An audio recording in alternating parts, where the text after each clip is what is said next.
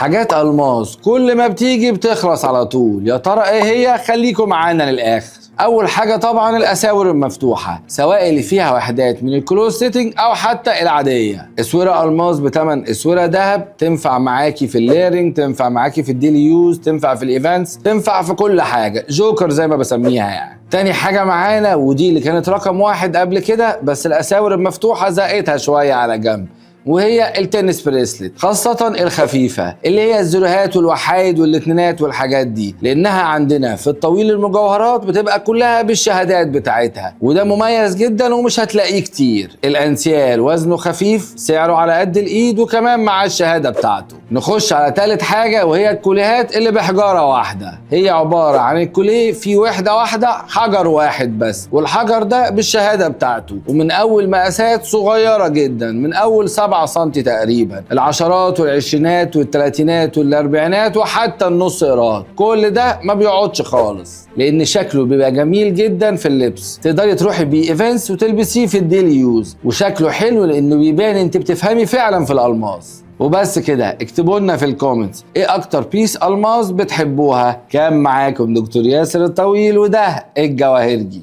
سلام.